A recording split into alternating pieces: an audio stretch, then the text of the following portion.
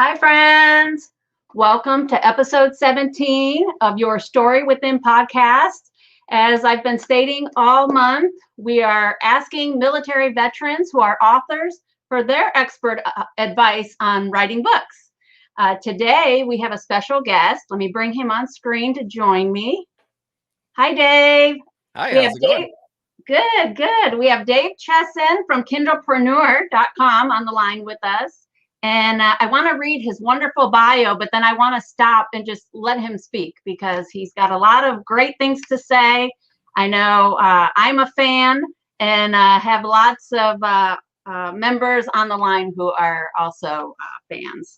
So Dave Chesson is the guy behind Kindlepreneur.com, a website devoted to teaching authors about book marketing. He's recommended by Amazon KDP as the place where you can learn how to optimize marketing for your books.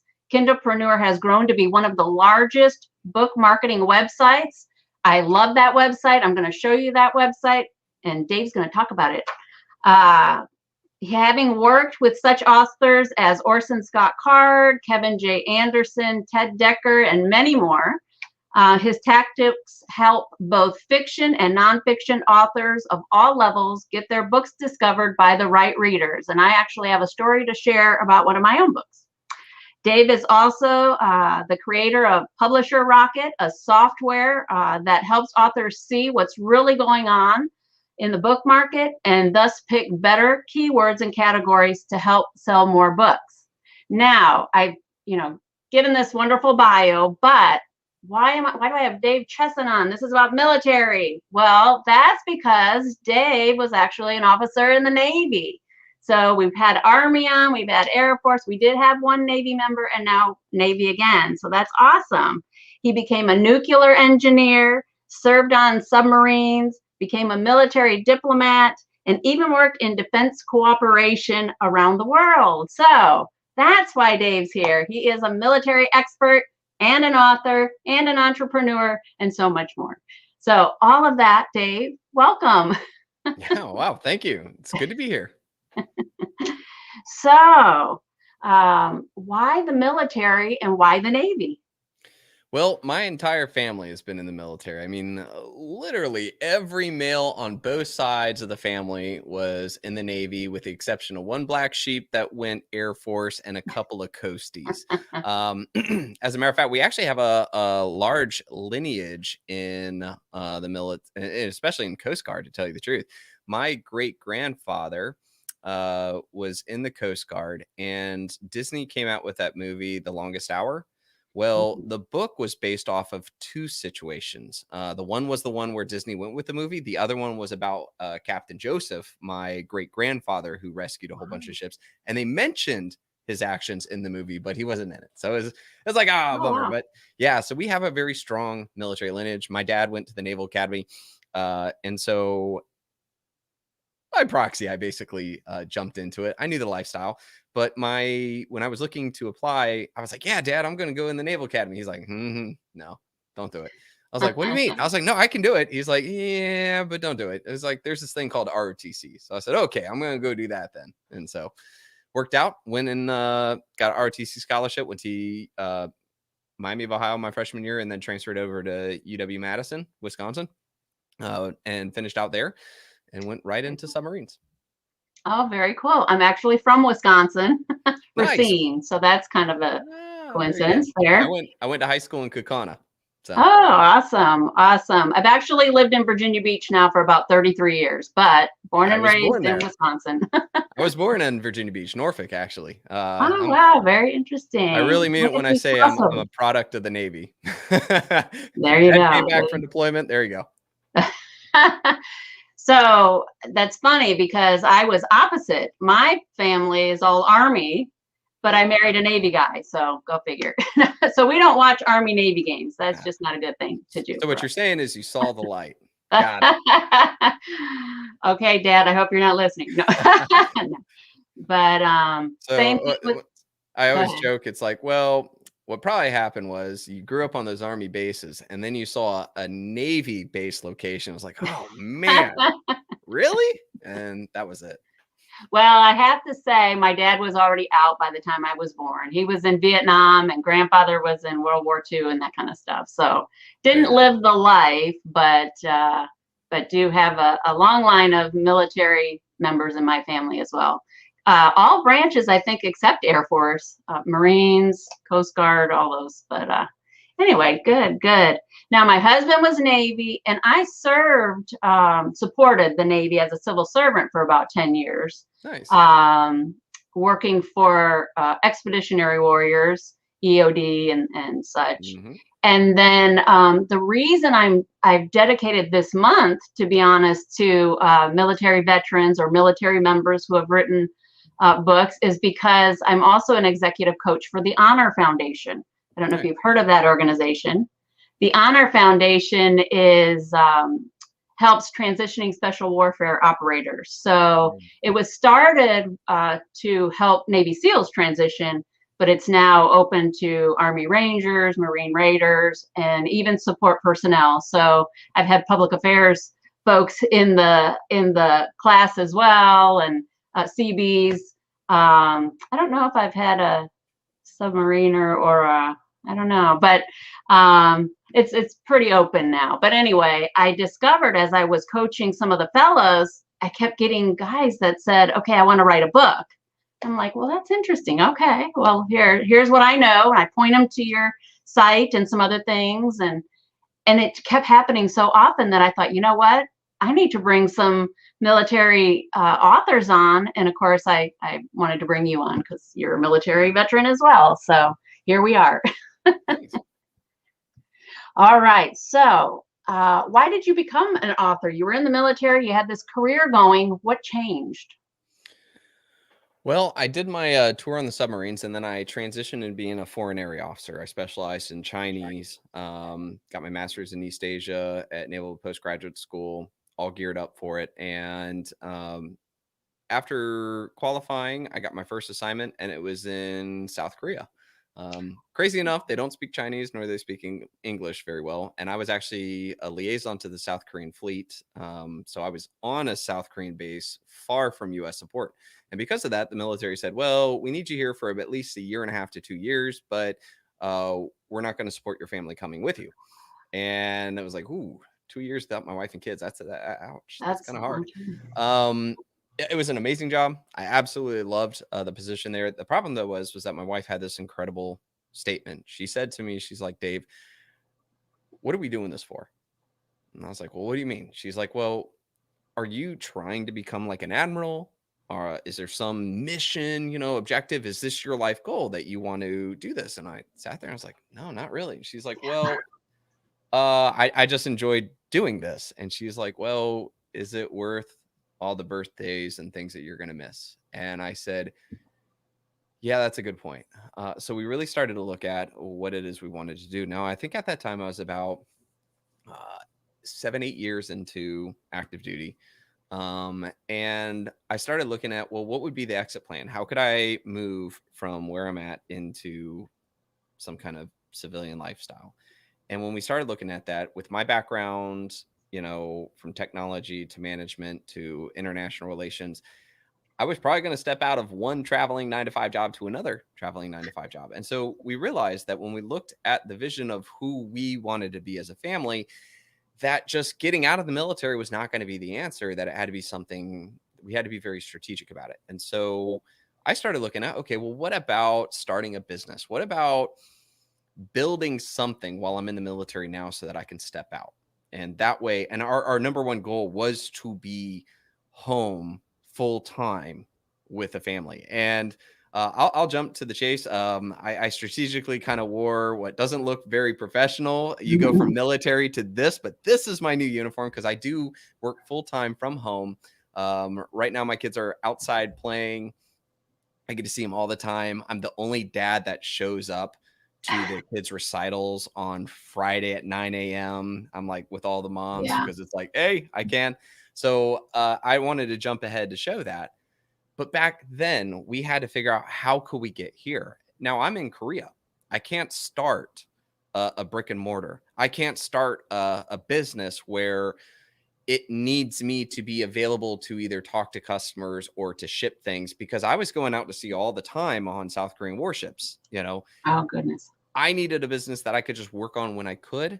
And it wasn't where if I disappeared for a month that the business would die. So from there, I started looking into things like websites and SEO, and I started looking at this thing called Kindle Direct Publishing. And I started realizing that I could write books whenever I could. Like, as in, I could wake up early in the morning, I could write a book. I could take my laptop out on that South Korean warship and I could continue writing my book.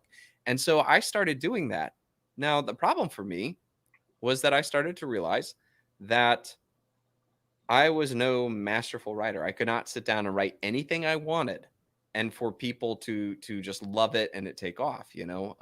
Ernest Hemingway could write about tying his shoes and it'd probably be a bestseller. Right. It'd probably be amazing. Right. He would take it to a whole new level. I'd write a book about how to tie your shoes and people probably couldn't even finish tying their shoes after reading it. So clearly someone like me just couldn't jump in and start writing whatever. I started to then look at Amazon and say to myself, here is an existing market. There are millions of people coming to this place looking for something. Why don't I start by looking at that, understanding what they want, and seeing if there's an opening where I could write about something that fills that need. It's kind of like when you're at a party, right? You're at a party where you know nobody. However, though, you find out that there's a common theme, okay? And we're just going to, since I'm wearing this, let's pretend everybody there is a Red Sox fan, all right? And you know this. Now, go into that party and start talking about, 2004 championship, back in the day of Wade Boggs. And now all of a sudden you become the life of the party because you're talking about the thing they want to know. Well, I would say the same thing about books. Once you understand that people are coming looking for this thing and they can't find that, or you're able to shift your book to really fit a niche in that respect, you don't have to be the best book marketer in the world. Instead, you become the book that answers their question. And so when I started doing that with my writing, it really took off.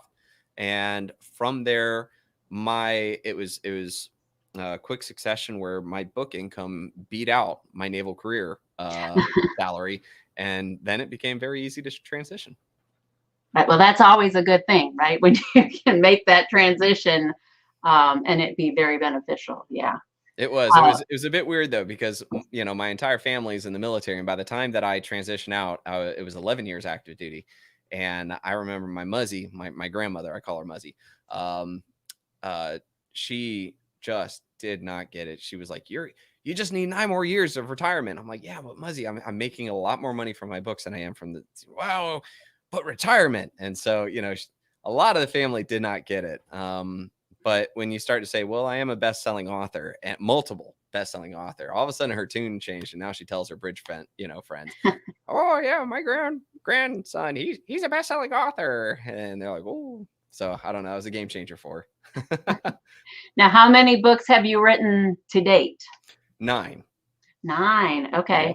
Now, are they all focused on helping authors, or do you have some other books in there as well? No, as a matter of fact, there are a lot of nonfiction books that center from like language learning to a whole slew of different subjects, from using certain programs and things like that. Again, it's like I found where there was areas in the market where there were openings, and then I started to either research myself or I had that background.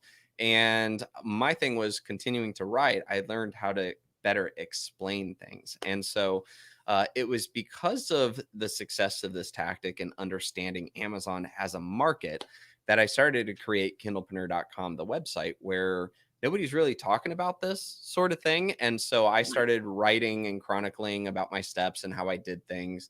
And my goal with each one of those articles was to write a full-length article where you could read, learn, turn around, take action, and see results. And so that was where Kindlepreneur started.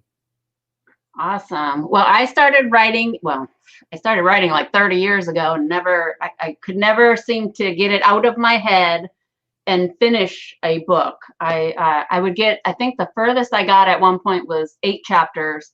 And then I would, for whatever reason, hit a stumbling block and then completely stop. And then it was, I think, 2018 when a friend of mine, I decided to leave the government. And like you, my family was like, what are you doing? You have a federal government job. They're training you for senior executive service. I had just come back from doing what they call training with the military. So I did the Department of Defense Executive Leadership Development Program. It's the only program that allows civil servants to actually train with the military. So I rappelled off a perfectly good building. I did turtle up. That was a little embarrassing because I was leading the team. So hanging upside down was not fun, but I did correct myself.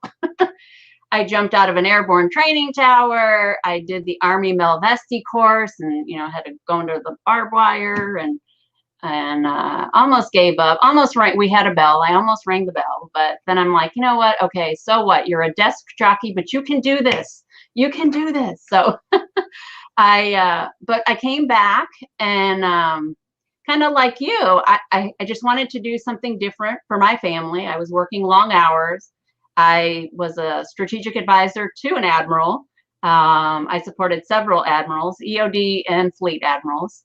And then I had just written a speech for CNO. So I was making my way, and all those years I thought, I want a seat at the table. And when I got to the table, I didn't want to be at the table anymore. Because like you, I have children, and my son, teenager, really needed me at that time. Those teenage years can be tough. So long story short, I decided to take a step back. What could I do? I decided to start a business. I have a business called Vision to Purpose. I'm a resume writer, career coach. I do some business consulting, and I offer some writing services. Now that kind of morphed later. After looking at some of your stuff, writing my book, I finally got that book that I had in my head all those years out. And it was actually through another author. Like you said, when you start writing a book and you start researching stuff and you find those people who are also doing the same things, you make connections. And sometimes those connections are what help push you forward.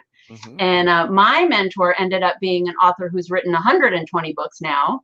Nice. And I don't know how she does it, but and she is on all the bestseller lists. She has an agent, but she self-publishes a lot. Past 10 years, it's been mostly self-publishing. And anyway, she told me to check out all these different sites. Yours was one of them, and kind of guided me along. And so I've been kind of following the changes you've been making. And while we're talking, because we can keep talking about Kindlepreneur, but why don't we just bring it up? I think that would be great. Sure. So let me, I'm going to share the screen. And there we go. Yeah, one thing I'll add while we're bringing that up too is that there we go. One of the big things that's a differentiator, I think, between people who really succeed and people who kind of are just kind of a part of it, is that when it comes to writing books, you can almost kind of see it as it can either be a hobby or it can be a profession. And I think that's a big difference in our mentality. There are a lot of people who say it'd be nice to write a book. And if the purpose is because you want to accomplish something or something like that, that's just like, building a model airplane. You want to build the model airplane, you do it when you can and so forth. And there's nothing wrong with looking at writing as a hobby. But I'll tell you, though, the big difference between those that really, see it as a profession or those that treat it like a profession, just like when you're in the military, you go through boot camp, you go through training, you get certified, you go through a whole bunch of tests. Becoming an author, especially as a career, is the same thing. It is a lot. It's a dedication. There's a lot of times, like I had to change my lifestyle to really get into it. I made it that 4:30 a.m. is when I got up every morning to write from 4:30 to 7. And then from that point, it was off to the military. But during that 4:30 to 7, that was my time every morning, Monday through Sunday. And I think that was because I treated it like it needed to be a career. I needed to build a skill. I needed to stick with it. I needed to change my way of life. And by doing it, I think that's one of the big differentiators and something I'd really stress to anybody listening out there. You can do it as a hobby, but if you choose to do this as a profession, you got to treat it like one. Yes, that's great advice. Great advice. Okay, so here's the site. Everybody should be able to see it. Is there anywhere in particular you would like me to go in here, Dave? Well, one of the things is if you hover over Learn in the top corner, in the top there in the nav bar, here's the thing is that everybody's got a different part in writing a book where they're at. You could be either you're in the process of writing a new book, or you're in the process of designing a cover. But the key is that if you click on one of those 6, it will take you to a page where it will have all the pertinent articles you need to be able to learn. And so let me pull that back up, because it doesn't like that I'm okay. Let's try this again. I need my podcast partner, Melanie. She's my technical person, but I'm on this today on my own. So no worries. And the funny thing is I have a PhD in IT. Nice. So yeah, I would say anybody you can start there, and you can choose what it is you want to learn. This is what you clicked on. If you hover over learn again, the button that you let's see if it'll do it. So that start here button, which is the one that you clicked on to bring to this page. This is one article where I call it the Book Marketing 101, and it breaks your entire writing journey into 4 phases, and it gives you kind of like a table of contents of what you would need to learn depending on where you're at in your writing. So I really like this article. If somebody's like, I don't know where to start, I go to my start here page, which is Book Marketing 101. Otherwise, you can break it up into whatever section you want to learn. Another great area of this too is that if you hover over apps. Okay. Can you see the hover over? Yep. Okay. So there's 4 things there. There's the Amazon Sales Rank Calculator, which is a tool to help you check to see how much money another book is making. We have the book description generator, so that when you go to write your book description, there's some really cool things you can do to make your description look better. And so we make it really easy for you to design your book description the way you want it, and have it accepted by Amazon and all the other markets. And then there's other tools that we have as well, but you can always check this to learn more about what we have offered. So those are just a couple of things. We also have a podcast in case you want to learn on the go. But yeah. Awesome. Good. I'm going to bring that back down here. Stop sharing that. Okay. I'll have to tell Melanie she'll have to be on every podcast with me so she can do the technical. No, I love it. And I at the beginning of the show, I said, I have a story. So yes, changing the categories, changing titles, it makes a huge difference. And I did purchase the Publisher Rocket. Oh, cool. I don't know if you want to show that at all, but that tool has saved me so much time and probably money, because I tell you, I have, where is it? So I've written 4 books now. I write career-centric books for my job seekers and those seeking promotions, that kind of stuff.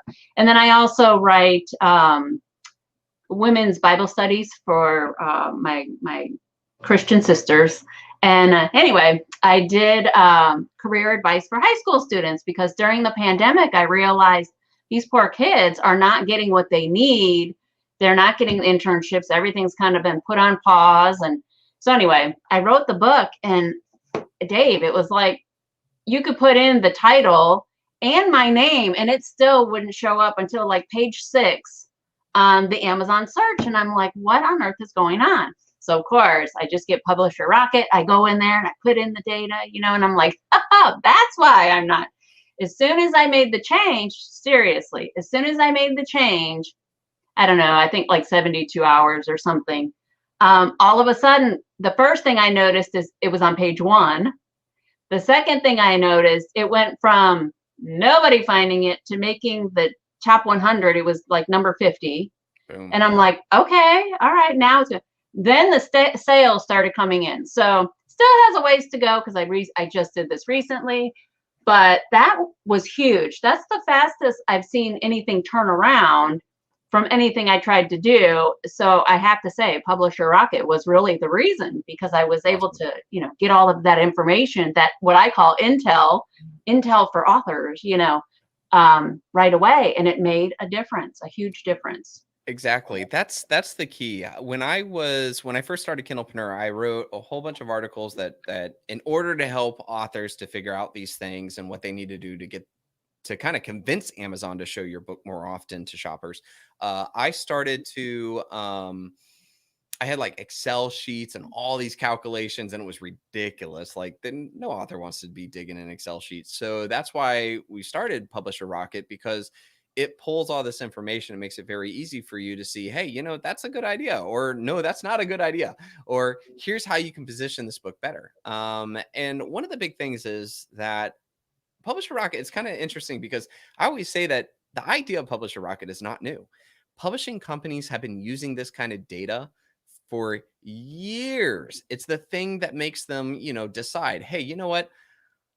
We're going to publish this book, because they have market data that tells them that right now the market is shifting towards this, that this is what they're looking for. Here's the best way to position this book.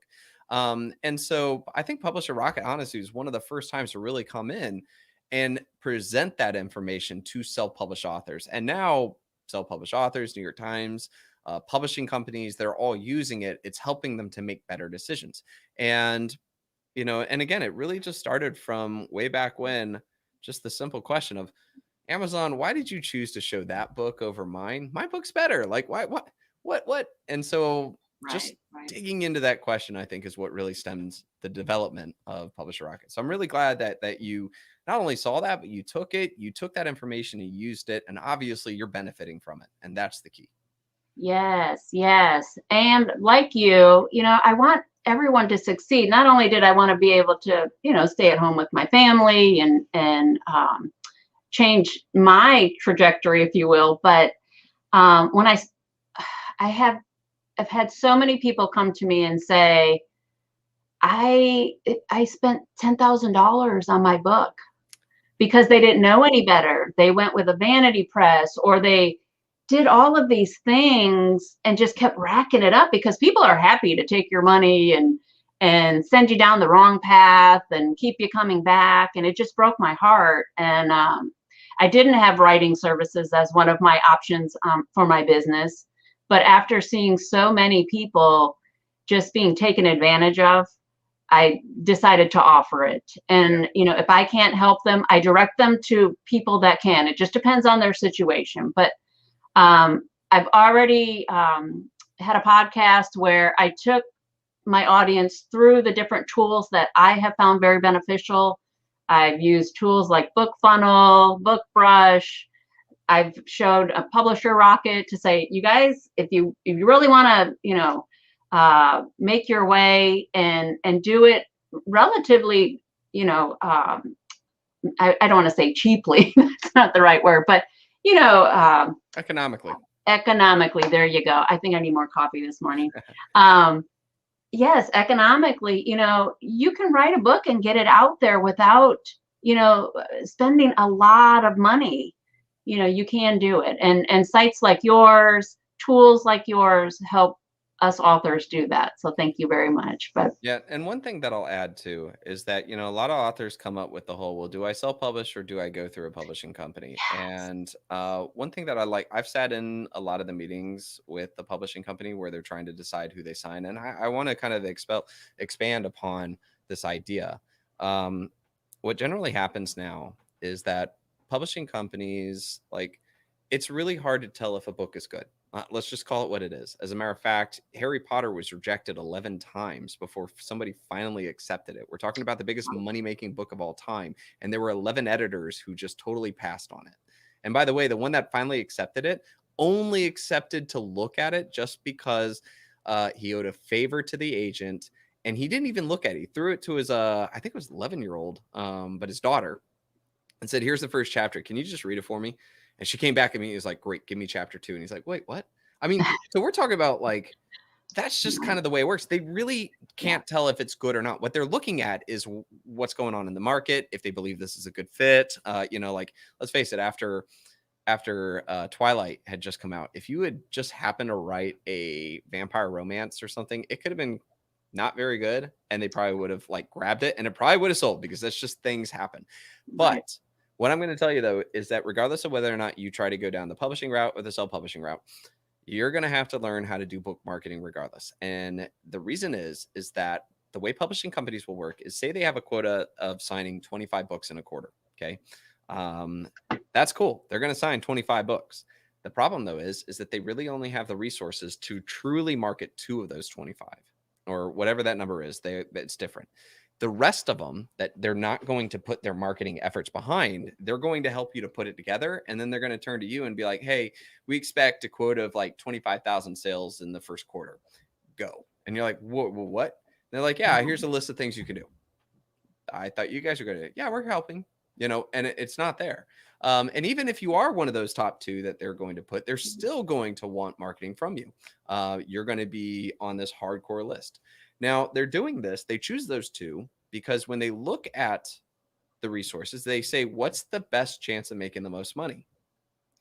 And so if there's some reason that they believe you as an author are going to make the most money with the most help, you're going to get it. And if not, you're not. So whether or not you choose to go the publishing route or the self-publishing route, you're still going to need to learn about book marketing. You're going to need to learn about the efforts you do after you publish.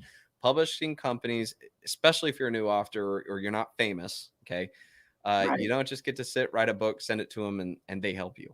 So I think that's a really important lesson for anyone. I think that regardless, you still need to take that. And if you're looking at doing this, my recommendation is if you have a set amount of time, say you have 2 hours a day, spend the first hour writing, second hour learning.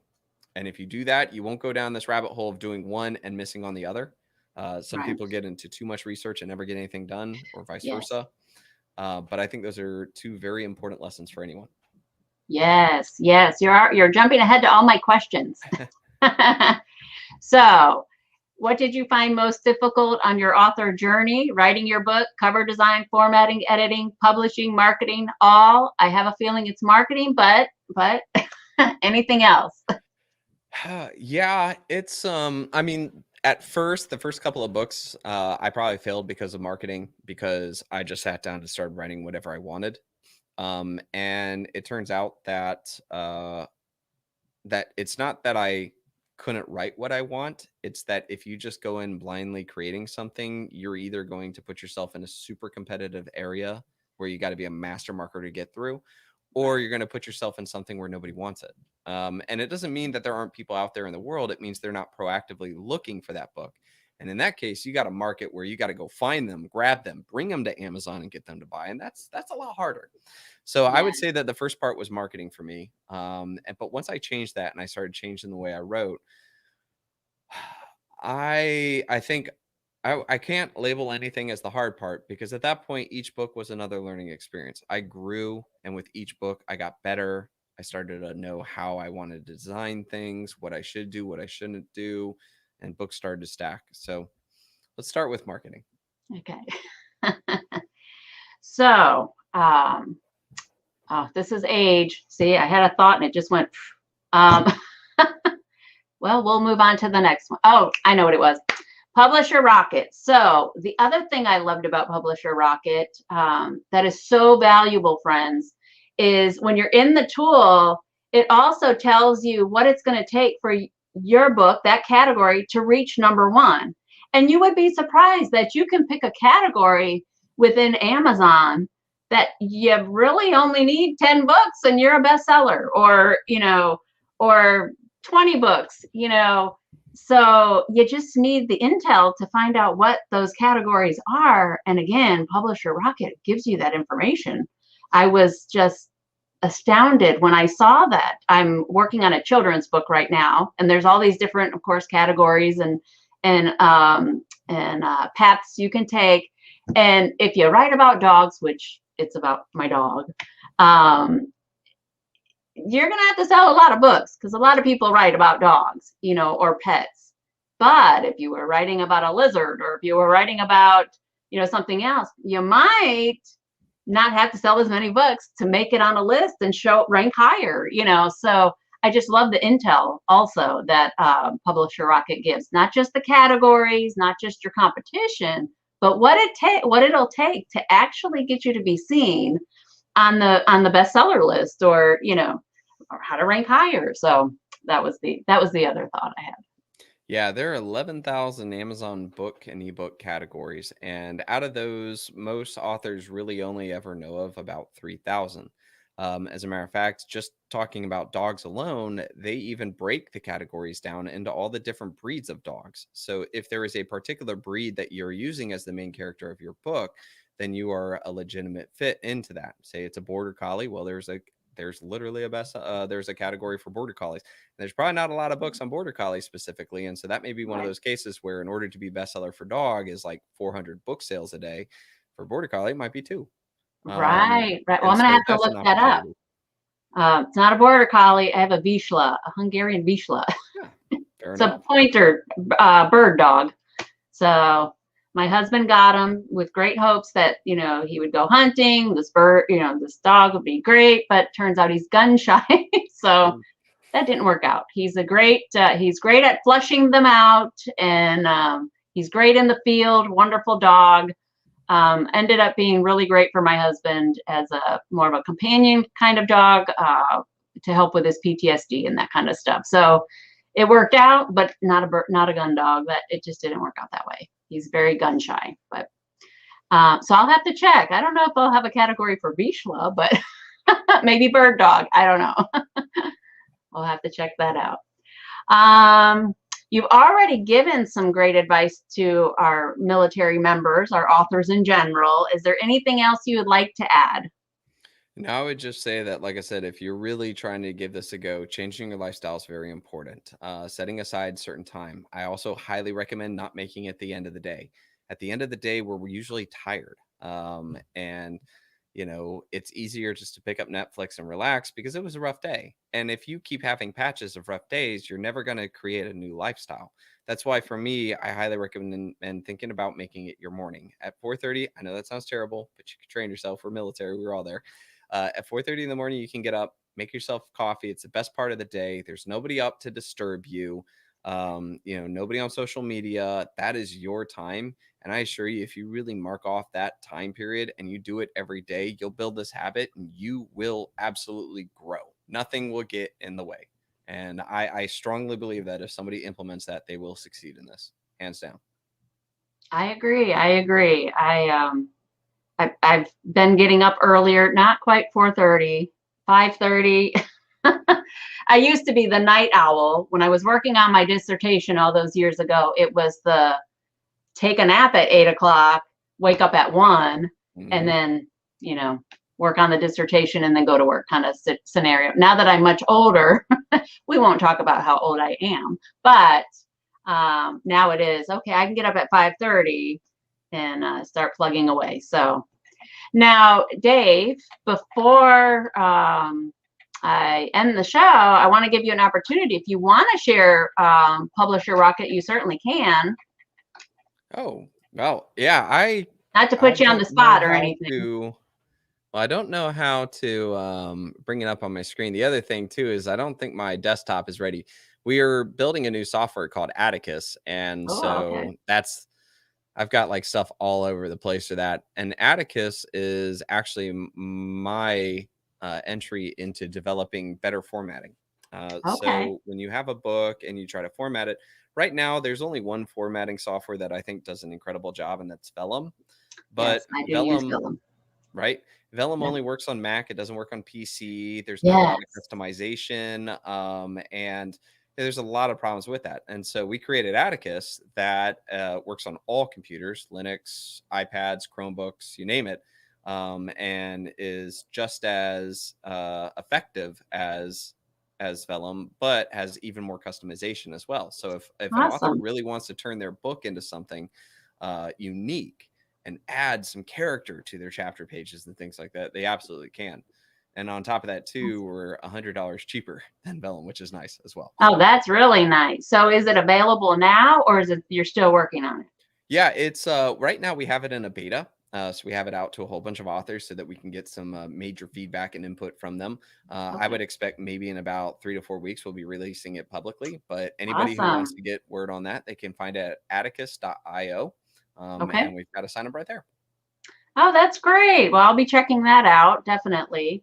And I'll make sure that I push that out to my authors as well so that they hear it too. Especially for those PC users. Yes. I do have a Mac. Well, I have PC, but because of Vellum, at, I think book 3, I decided, you know what, let me just get the Mac because I was doing that whole Mac in the cloud thing. And, Yeah, which when you're, terrible. it adds up.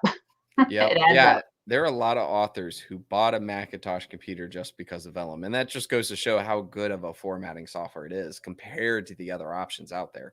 Right. And so, Right. yeah, we're opening up that market a little bit. Well, good, good. I'll tell you. So I don't know if you know Damon Courtney from BookFunnel. Oh, yeah. Great guy. Also, So I phenomenal had poetry. Damon on. I had Damon on, gosh, a couple weeks ago, maybe last month or something. And I said, Damon, you've created this program, which is great. I love BookFunnel for distributing books. And so I said, you're a software engineer. So I have an idea for you because I'm not. I have an IT background, but it's not, it's management. It has nothing to do with coding or development. So since you are what appears to be a serial entrepreneur, and you have the technical support, connections, whatever, I will tell you another thing for authors is tracking their information. Mm. So all of their sales, all of their just all of their information. There's no really good tool, no app out there that I've found. I work with, like I said, my mentor who has 120 books. Mm-hmm. Every year I do her spreadsheet Yep. of where the money is. And she can go into all these individual platforms, but she likes to see the big picture. And you know how it is. So today, as a self-published author, you can have box sets, ebooks, audio, series. I mean, the list goes on. So when you're trying to track all that stuff Mm-hmm. and you're trying to see the numbers, where everything plays out, you don't have to sell 120 books. You can sell 3 books, 4 books, 5 books, and it starts to add up when you have a lot of versions or different editions. So if We you can actually come up with looked at something like that, creating it. It's not a viable ah, capability. And the reason for it is that, and this was actually, I started this project a couple years ago and had to can it. And the reason, oh man, because you're right, there is a need for it. There was even a bigger need back in the day.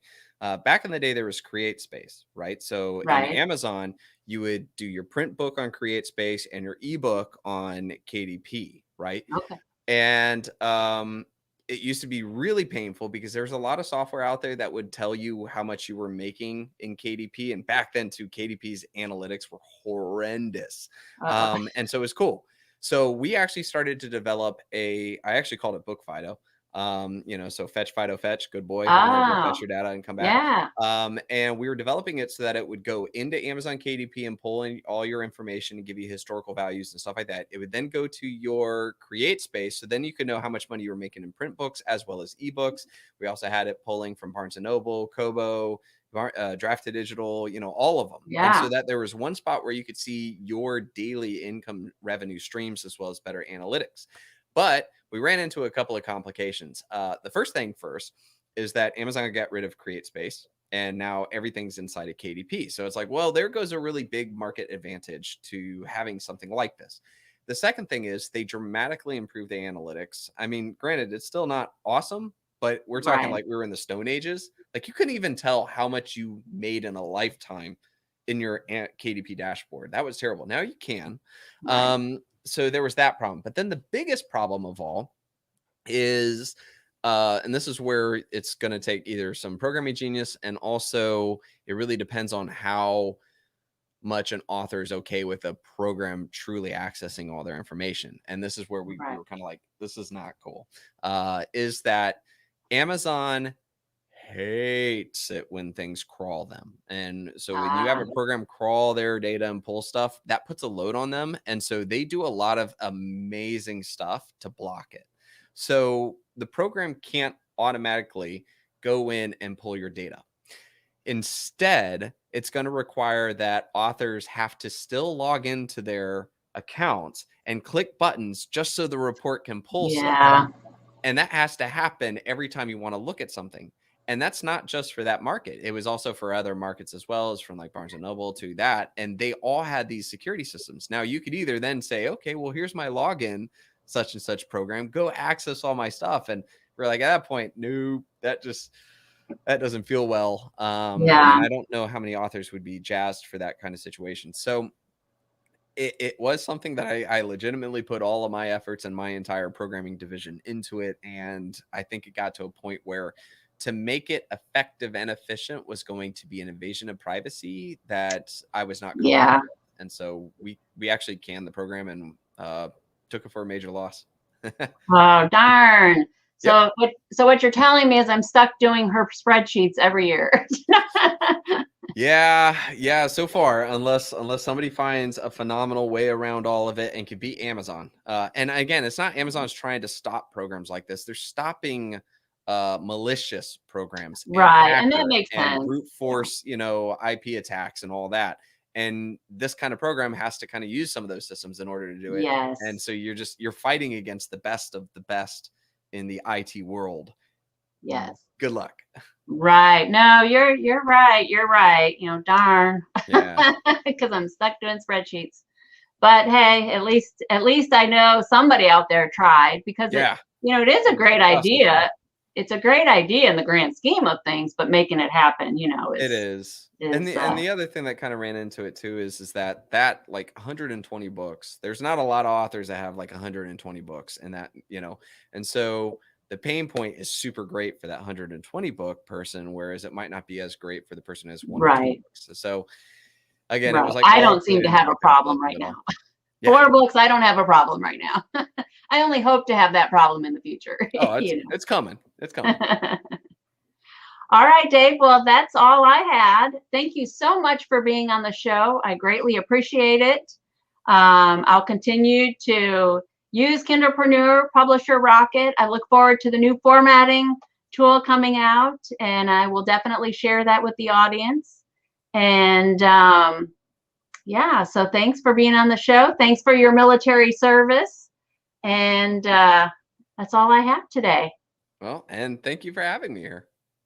All right, Dave. Well, have a nice rest of your day. Keep marketing and keep supporting those authors. All righty. Well, there you go, friends. We have Dave Chesson on the line, giving us some really great information about book marketing and some really good stuff that's coming down the line. So we'll have to check out that new formatting tool. I'm looking forward to that. I do use Vellum, so very interested as a PC user for the new tool. And you can go to his website. Let me bring that back up, because I want you guys to check out kindlepreneur.com, and then also the tool Publisher Rocket. It is very valuable. It's just a one-stop shop for researching all that book information. Could you do it on your own? Sure, but you're going to spend hours and hours and hours. I know that because I did that before I found the tool. So definitely check it out. And with that, I want to say there will be no podcast next month.